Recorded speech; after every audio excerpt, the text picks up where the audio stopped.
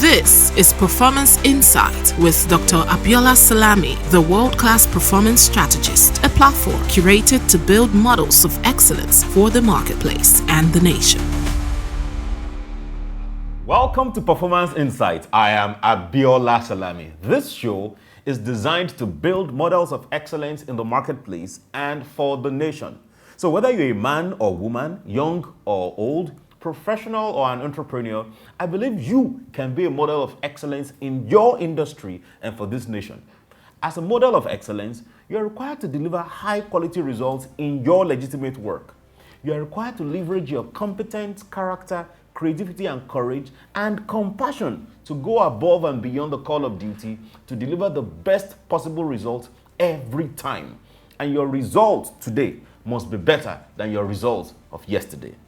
When you have this understanding and you commit to delivering excellent work based on this understanding, you will generate better results and become exceptional, not only on your team or in your organization, but you will become exceptional in your industry. And that is what it means to be a model of excellence. Over the past 2 decades, I have served leaders in the private, public, and social sectors, and I have discovered 5 crucial skills anyone seeking to become a model of excellence in their industry must master. On this season of Performance Insights, we'll be looking at one of those skills. The skill is called emotional intelligence. So I'll be sharing insights guided by my book, The Magic of Emotional Intelligence, because emotional intelligence is such a powerful skill. I wrote a book on it, I have a virtual course on it, and the insights from this book will help you to improve your performance. This week, we will explore the topic how citizens can apply emotional intelligence in taking responsibility for nation building. This is Performance Insight with Dr. Abiola Salami, the world-class performance strategist. This week, we are looking at how citizens can apply emotional intelligence in taking responsibility for nation building. Citizens have a key role in nation building by exercising emotional intelligence in their daily lives. By taking responsibility for their emotions, especially in diverse and potentially divisive settings, citizens can foster harmony and reduce social tensions. Reduce social tensions in one-on-one interactions, reduce social tensions in social media conversations. Through empathy, we can build stronger communities by understanding the perspectives of the others. It is not always booze. No. Whether it is across ethnic lines, religious lines, or cultural lines, when you take responsibility for your civic duties, the things you are supposed to do as a citizen, whether it's about voting, it's about participating in community initiatives, it's about promoting peace, it's about sanitation, it's about paying tax, it further contributes to a collective national identity and progress. For example, some time ago, there was a movement called Not Too Young to Rule. It gained momentum. It was led by a coalition of young Nigerians. This movement aimed to promote youth participation in politics and governance. It mobilized citizens, organized advocacy campaigns, and pressured the government to reduce the age limit for political office holders. The movement ultimately achieved success in 2018, with the National Assembly passing a bill that lowered the minimum age for running for office. This change empowered young Nigerians and demonstrated how collective action can lead to political reform, encouraging more citizens to engage actively in the democratic process. The movement's success signifies a shift towards a more inclusive political landscape, and it is critical for the nation's success. Nigerians have also displayed remarkable resilience in the face of crisis, as seen during EndSARS movement in 2020, for example. It was sparked by widespread allegations of police brutality, especially against the Special Anti-Robbery Squad. The movement brought together thousands of citizens who organized protests demanding accountability and reform within the police force. What began as a spontaneous reaction to injustice evolved into a substantial call for better governance, transparency, and respect for human rights. The movement showcased the ability of citizens to unite for a common cause, reflecting a deep-rooted desire for a better nation governed by justice and equity. While it is okay to protest, it is important for every one of us as citizens to know that as we have our rights as citizens, We also have our obligations as citizens, and none of the two should be elevated over the other one. So my question to you as we protest anytime is, are you also playing your part? It is easy for us as citizens to say we want to hold the government accountable, but you as a citizen, can we hold you accountable? How do you run your business? In the government, in quotes, that you are leading, in your homes, in your businesses, in your workplaces, how responsible are you? If we want to together move the nation forward, it is important that you know that you as a citizen, you need to take personal responsibility for progress. There are many things happening in your business, in your office, in your community that doesn't have the direct impact or input of the federal government or the state government or even the local government, that you and your neighbors can organize to make sure that your environment is safe and clean and it is good for you, your family, and other neighbors. The beginning of progress, my fellow citizen, is for you and I to take personal responsibility. Not only always about pointing fingers and pointing fingers. There's a Yoruba statement that when you point one finger to others, the other 9 fingers are with you. So, my fellow citizen, you want to always look at the person in the mirror. And when next you want to complain about something, ask yourself, what have I done to improve this thing?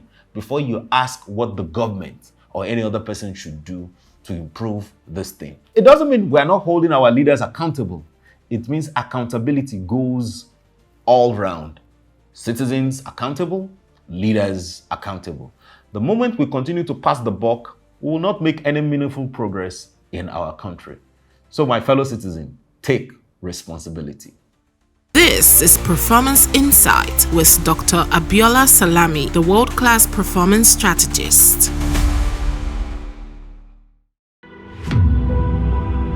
Imagine a journey where every setback transforms into insight, where every risk opens a door, and every quiet moment of reflection becomes the foundation of bold action.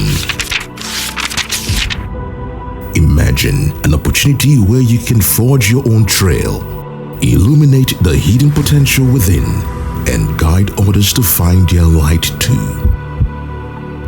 Imagine a time when you can step into your own space, where courage meets curiosity, and every challenge is a chance to grow.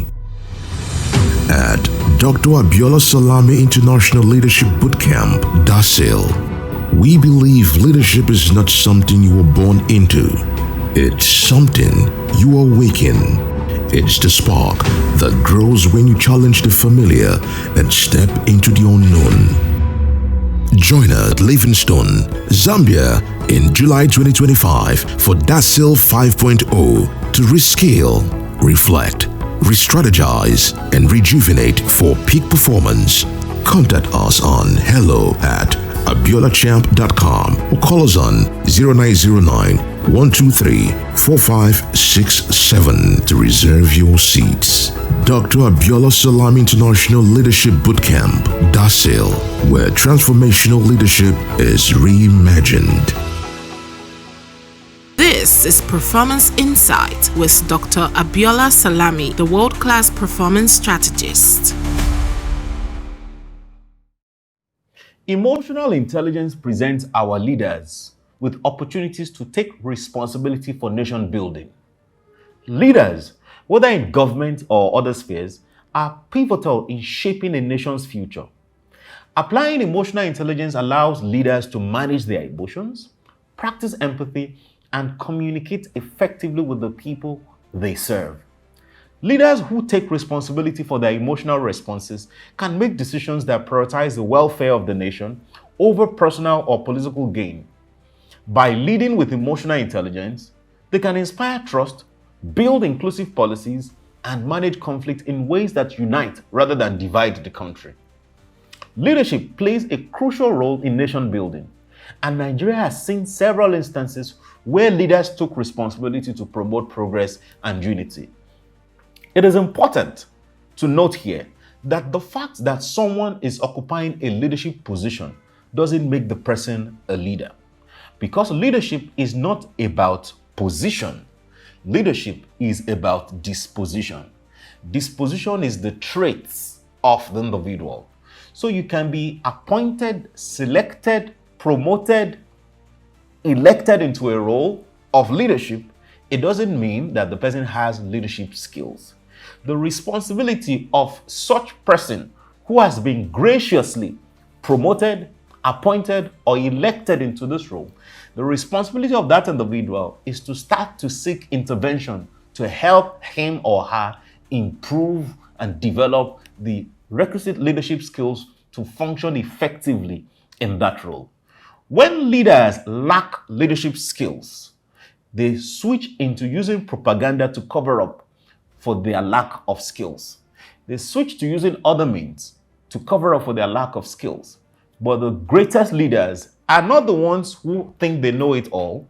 The greatest leaders are those who commit to learning from even the least person in their community. One notable instance of leadership taking responsibility is during the leadership of General Yakubu Gowon. And that was especially during the Nigerian Civil War between 1967 and 1970. Now, this example really shows us what responsible leadership means. After the conflict, General Gowon implemented policies aimed at reconciliation and rebuilding a nation that's been fractured by war. His famous slogan was "To keep Nigeria one is a task that must be done." And that slogan reflected a commitment to unity. His establishment of the National Youth Service Corps in 1973 fostered inter-ethnic understanding and collaboration among young Nigerians, strengthening the fabric of national identity. That inter-ethnic collaboration led to inter-ethnic marriages, led to inter-ethnic businesses, led to inter-ethnic collaborations among young people. Speaking of taking responsibility, specifically, citizens taking responsibility for nation building, I want to thank every Nigerian citizen that is taking responsibility for nation building at the moment. Whether it's in terms of ensuring that we hold the government responsible and accountable, in terms of paying your tax as and when due, in terms of fostering unity and peace wherever you are, I want to say thank you. In terms of representing our country, whether within or outside the continent, favorably, I want to say a big thank you to you. Your contribution is helping us for nation building, and we need more citizens to embody this. It is easy to think that all leaders of our country are not interested in the progress of its citizens or in the progress of our country. That all leaders are only concerned about their families and their friends alone, and that they will take the resources of the local government, state government, or federal government just for themselves and for their friends.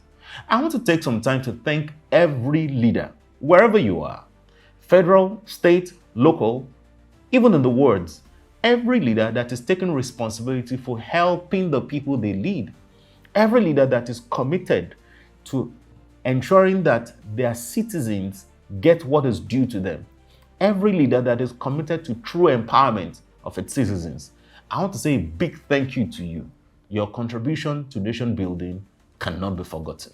Another significant example of great leadership is from Her Excellency Ngozi Okonjo-Iweala, Nigeria's former finance minister, who is the current Director General of the World Trade Organization, who demonstrated commitment to nation building during her tenure as minister. She played a vital role in negotiating debt relief for Nigeria and implementing policies that aimed to improve economic stability. Her advocacy for transparency and accountability in public finance set a precedent for responsible governance, inspiring future leaders. Now, for every leader, for every political leader today, especially those who say that they are empowering citizens, it is important to note that feeding citizens is not empowerment. It is important to know that doling out cash is not empowerment. It is important to know what real empowerment is. Empowerment is about helping people to acquire the skills and knowledge that will help them to be competitive, not only within the country, but globally. What you want to ask yourself, dear politician, This empowerment you are doing for your constituency or for your local government or for your state, does it make the citizens competitive when you compare them with their peers in China, with their peers in Europe, with their peers in the US? Real empowerment is ensuring that you develop your citizens to be globally competitive, not just to hand them some money or hand them some skill or buy them a bike or buy them a tricycle. It is about empowering people to be globally competitive. And if we want to build a nation that will be globally competitive, it is important that our empowerment is focused on truly equipping people with skills that will make them globally competitive. This is Performance Insight with Dr. Abiola Salami, the world-class performance strategist. Meet Sarah, the Chief Operating Officer of a fast-growing tech company. Her story isn't just inspiring. It's a roadmap for any organization striving for workplace inclusion. Despite the company's success, she faced a major challenge: an imbalanced workplace. Leadership was mostly male, and women in mid-management roles felt overlooked. The result? Low morale, limited innovation, and stalled growth. Determined to change this, Sarah sought executive coaching from Dr. Abiola Salami. Over the next 2 years, she implemented strategic, measurable actions that transformed her organization into an inclusive, high-performing workplace. Here's how Dr. Abiola Salami's coaching helped Sarah drive results. Sarah learned that true change starts from the top. With Dr. Salami's guidance, she introduced mandatory inclusion training for senior executives and established clear accountability metrics. Department heads tracked female representation and took intentional steps to mentor and promote women. Leadership commitment to diversity increased, and perceptions of fairness improved by 50%. Next, Dr. Salami helped Sarah introduce a sponsorship program where senior executives actively mentored high-potential women. Women were placed on high-impact projects and given visibility in executive meetings. Within 2 years, promotions for women increased by 45% and career growth opportunities became more equitable. To foster an environment where all employees felt valued, Sarah implemented a zero-tolerance harassment policy, confidential reporting channels, and bystander training. Trust in HR policies rose by 40% and employees felt more empowered to contribute. Dr. Salami's coaching emphasized that gender inclusion isn't just a women's issue. It requires male allies. Sarah's company launched a male allyship program, equipping executives with the tools to advocate for gender diversity. Today, 70% of male leaders actively sponsor female employees, leading to a 30% increase in women-led projects.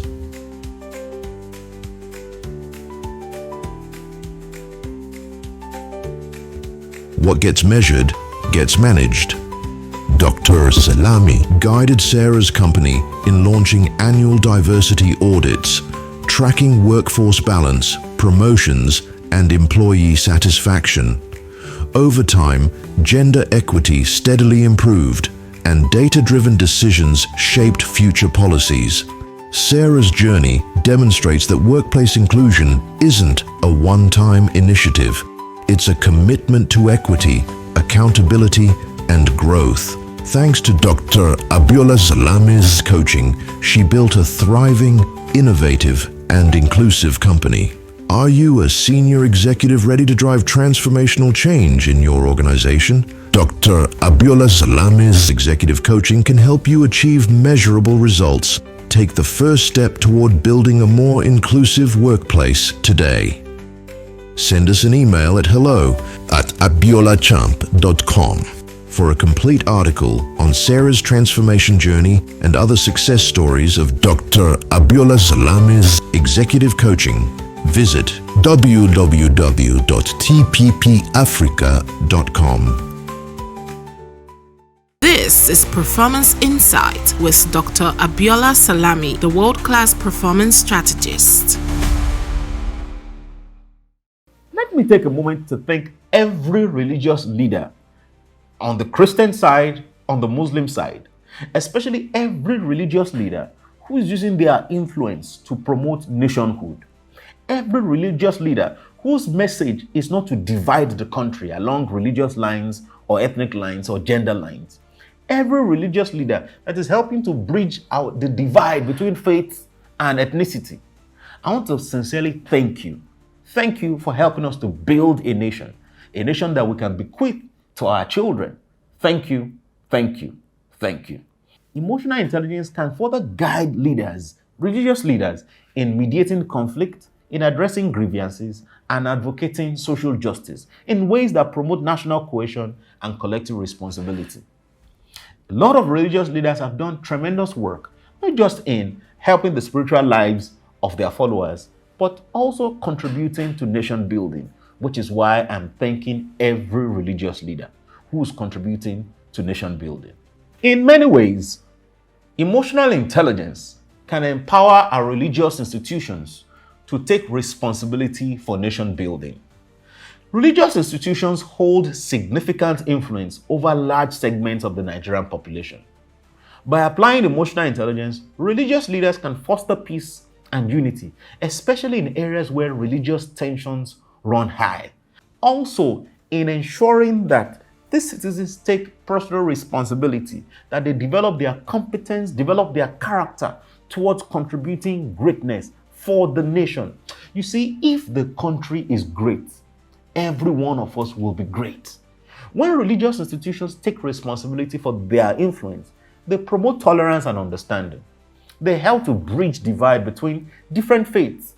They also help to bridge divide between different tribes. Think about it, that two people from two different tribes are of the same faith.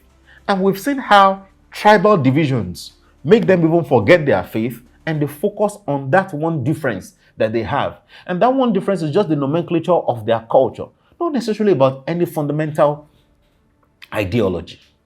Emotional intelligence can guide leaders in mediating conflict, in addressing grievances, and advocating social justice in ways that promote national cohesion and collective responsibility.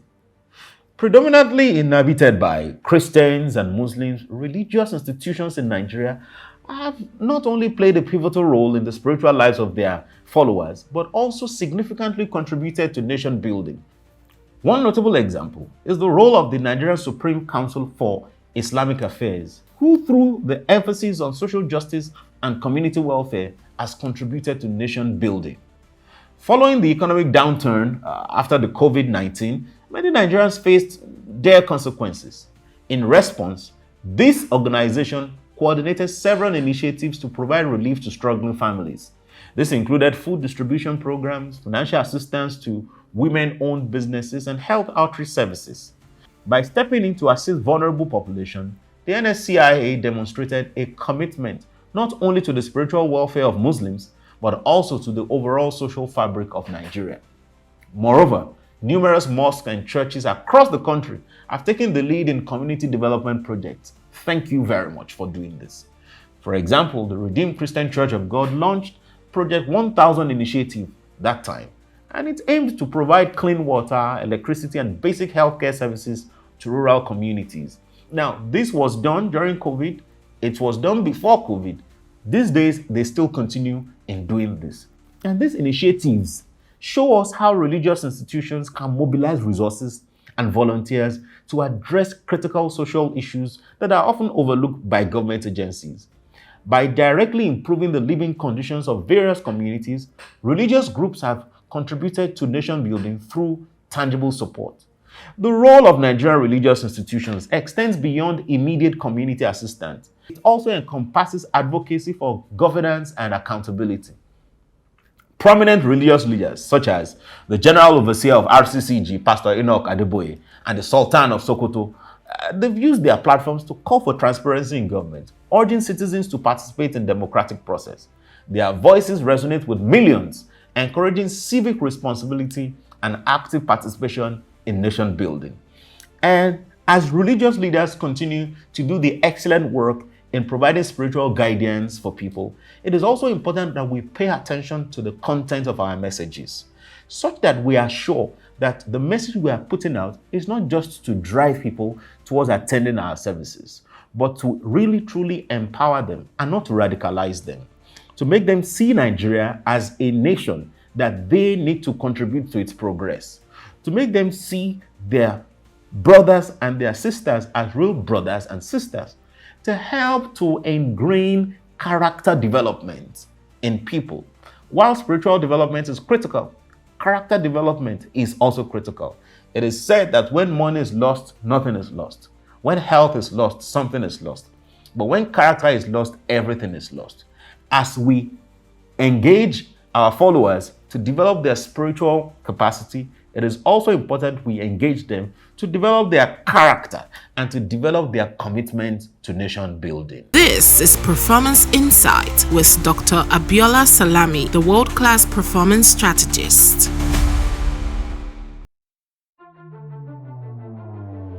By example, not just by what I say, but by what I consistently do. How do I ensure that I sift what I say to them, no matter what I'm getting from where I'm coming from? That I sift what I'm saying that will be about productivity and not something that will wane their productivity when I come to them. How do I develop that maturity that it is not everything that I receive that I give? And it's not about how I'm feeling at the moment that I talk to them, because it can also demotivate them. Though I've been to a few different leadership trainings, but today's training has really aligned with my upbringing as a Christian. What this training has made me realize is sometimes I may actually be the problem. I may be the person who is the cog to the wheel of the progress of the team. So it's not always about shifting them to the next person. We are human. We could be biased in our own little ways, but we've been taught to make sure that even if you're biased, you don't have to show it. And if you must correct in private, not publicly. So you don't have to embarrass whoever you're correcting. So it's not you being, I'm the head, these are my rules, and other members of the team, these are their rules. Same rule governs both you and the people you lead. Thank you for joining Performance Insight with Dr. Abiola Salami, a platform curated to build models of excellence for the marketplace and the nation. To watch the full video on today's topic, you can subscribe to our YouTube channel and also watch more videos to boost your performance. Just type Dr. Abiola Salami on YouTube. Also, follow us at Abiola Champ on all social media platforms and Dr. Abiola Salami on LinkedIn. The magic of emotional intelligence is available as a virtual course. Visit www.tppafrica.com/academy to sign up. You can book Dr. Abiola Salami to facilitate at your next board meeting, management retreat, or monthly performance review. Simply call 0702-666-8008 or email us on hello@abiolachamp.com. Join me same time next week as we explore more lessons from my book, The Magic of Emotional Intelligence. This is Performance Insight with Dr. Abiola Salami, the world-class performance strategist.